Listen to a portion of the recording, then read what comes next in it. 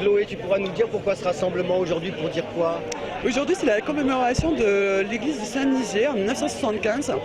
Suite à des graves répressions de la police, les prostituées sont allées se réfugier dans l'église de Saint-Nizier à Lyon. Alors nous avons choisi cette date comme date internationale pour demander des droits, des putains de droits qu'on mérite comme tout le monde. Il y a des garçons, il y a des trans, il y a des femmes, il y a des françaises, il y a des migrantes, et on est toutes là pour les mêmes revendications, c'est-à-dire la reconnaissance de notre métier, des droits et la fin de la répression à la fois des travailleuses du sexe et ce qu'envisage un certain nombre de politiques, c'est-à-dire de pénaliser nos clients.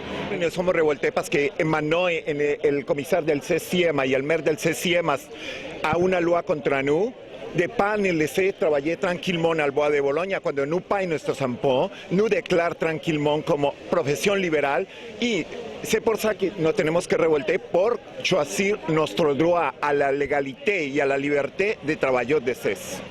Prostituée, c'est un métier, laissez-nous exercer. Prostituée, c'est un métier, laissez-nous exercer. Je pense que l'idée principale qu'on veut porter, c'est qu'on refuse la criminalisation du travail du sexe et la pénalisation de nos clients. Moi je vois ici une situation qui s'aggrave en fait. C'est une condition qui s'aggrave avec toute la politique que mène par exemple en ce moment la mairie de Paris d'expulsion de toutes les camionnettes au niveau du bois et toutes les lois répressives qui ont été votées sur l'ère Sarkozy avec depuis 2003-2004 la loi de sécurité intérieure. Pour revendiquer le droit des femmes à travailler. Bien sûr que nos laisse librement travailler. Existe la liberté en Hollande, existe la liberté en Espagne, existe la liberté en Belgique, existe la liberté en Allemagne. Pourquoi ne pas exister en France? Donc c'est contre un retard énorme. Légaliser cette profession, ça serait éviter tous les dommages collatéraux qui sont la prostitution de gens mineurs, la prostitution de gens qui n'ont rien à faire dans ce métier. Et voilà. Et ça serait ce qu'il y a autour.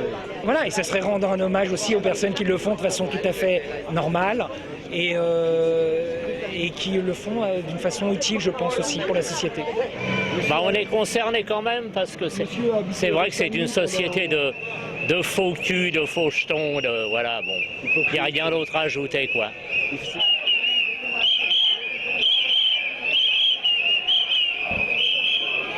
Qu'est-ce que vous attendez quand même d'un gouvernement qui est à gauche maintenant par rapport à celui de Sarkozy qui était effectivement très répressif quand même? Un peu plus de compréhension, un peu plus d'humanisme et beaucoup d'empathie.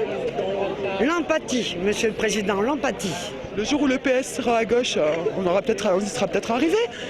Mais je suis désolée quand la ministre des Affaires chargée des femmes nous traite de fléau, je crois qu'on en est loin. Cette ministre-là? Oui, Madame Najat Vallaud-Belkacem traite les prostituées de fléau. Ah bon? Oui.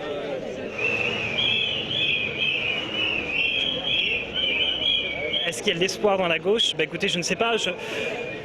Ce qu'on a entendu dernièrement au niveau médiatique, c'est que le gouvernement actuel se positionnait comme étant abolitionniste, mais pas dans le sens pour les prostituées abolitionniste, c'est-à-dire détruire carrément, neutraliser la prostitution, ce qui n'est pas le sens premier du terme abolitionniste, puisqu'à la base c'était plus pour remettre en cause le projet des maisons closes qui enfermaient essentiellement les femmes dans leur travail du sexe et qui leur donnait pas l'autonomie que nous on revendique aujourd'hui au STRAS, quoi.